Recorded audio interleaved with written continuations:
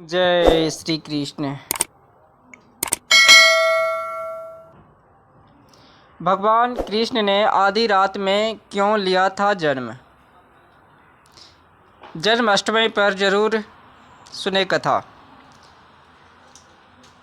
भाद्रपद मास के कृष्ण पक्ष की अष्टमी तिथि के दिन कृष्ण जन्माष्टमी पर्व हर उल्लास के साथ मनाया जाता है। इस दिन भगवान श्री कृष्ण का जन्म हुआ था। भगवान श्री कृष्ण का जन्म मथुरा के कारागार में वासुदेव की पत्नी देवकी के गर्भ से हुआ था। द्वापर युग में भाद्रपद कृष्ण अष्टमी तिथि की आधी रात के मथुरा के कारागार में वासुदेव की पत्नी देवकी के गर्भ से भगवान श्री कृष्ण ने जन्म लिया था। श्री कृष्ण ने बुधवार को रोहिणी नक्षत्र में जन्म लिया था। अष्टमी तिथि को रात्रिकाल अवतार लेने का प्रमुख कारण उनका चंद्रवंशी होना बताया जाता है। श्री कृष्ण चंद्रवंशी चंद्रदेव उनके पूर्वज और बुध चंद्रमा के पुत्र हैं। इसी कारण चंद्रवंश में पुत्रवत जन्म लेने के लिए कृष्ण ने बुधवार का दिन चुना।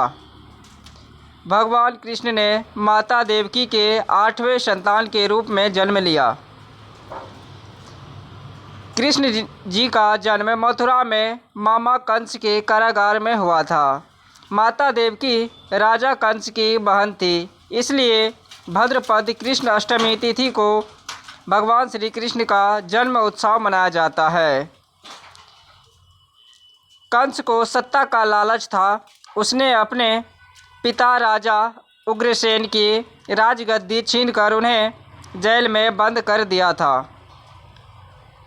और स्वयं को मथुरा का राजा घोषित कर दिया था।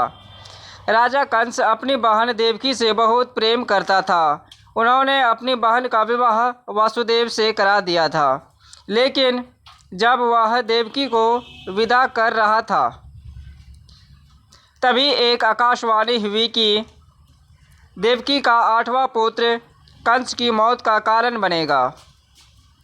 यह सुनकर कंस डर गया। उसने तुरंत अपनी बहन और उनके पति वासुदेव को जेल में बंद कर दिया।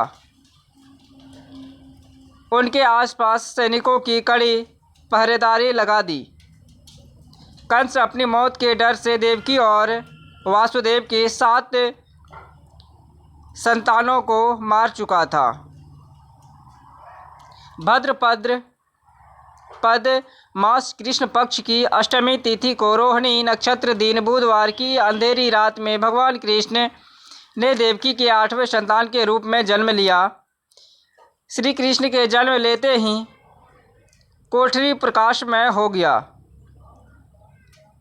तब तक आकाशवाणी हुई कि विष्णु जी ने कृष्ण जी के अवतार में देवकी के कोख में जन्म लिया है। उन्हें गोकुल में बाबा नंद के पास छोड़ आए और उनके घर एक कन्या जन्मी है। उसे मथुरा ला कर कंस को सौंप दे। भगवान विष्णु के आदेश से वासुदेव जी भगवान कृष्ण को सूप में अपने सिर पर रखकर नंद जी के घर की ओर चल दिए। भगवान विष्णु की माया से सभी पहरेदार सो गए। कारागार के दरवाजे खुल गए। आकाशवाणी सुनते ही वासुदेव के हाथों की हथकड़ी खुल गई।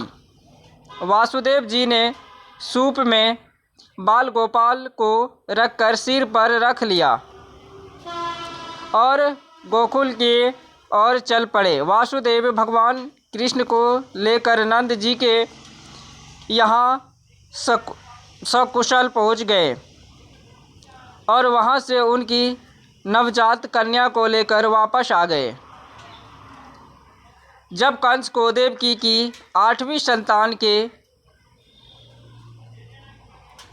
जन्म की सूचना मिली, वह तत्काल कारागार में आया और उस कन्या को छीनकर पृथ्वी पर पटकना चाहा, लेकिन वह कन्या उसके हाथ से निकलकर आसमान में चली गई।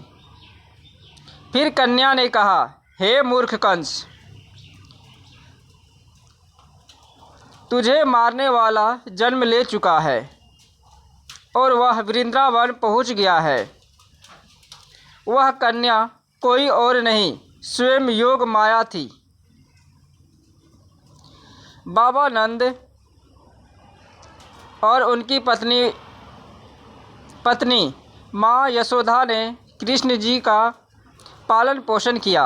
राजा कंस ने कृष्ण जी का पता लगाकर उन्हें मारने की खूब कोशिश की, लेकिन कंस की सारी कोशिशें विफल हुई और कृष्ण जी को कोई मार नहीं सका।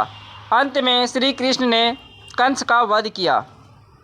राजा उग्रसेन को फिर मथुरा की राजगद्दी सौंप दी। इस तरह से जन्माष्टमी की व्रत कथा पूरी हुई। भगवान श्री कृष्ण जन्माष्टमी के दिन व्रत रखने से संपूर्ण इच्छा की पूर्ति होती है। इस दिन विधि पूर्वक यशोदा नंदन की पूजा करने से सुख समृद्धि का आशीर्वाद मिलता है। वही जिन दंपतियों की संतान की चाह है, उन्हें जन्माष्टमी के दिन लड्डू गोपाल की उपासना करना चाहिए। ज्योतिषाचार्य के अनुसार इस वर्ष विशेष ग्रह नक्षत्र में होने की वजह से जन्माष्टमी को काफ़ी शुभ माना जा रहा है।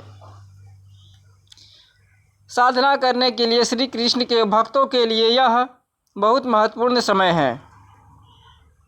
वैसे तो हर जन्माष्टमी शुभ होती है और श्री कृष्ण भक्तों के सारे दुख हर लेते हैं, लेकिन अगर आप विशेष काल और नक्षत्र में भजन कीर्तन के साथ श्री कृष्ण कथा और लीला अमृत का पाठ करते हैं तो इससे भगवान श्री कृष्ण प्रसन्न होंगे। जय श्री कृष्ण। जय श्री कृष्ण।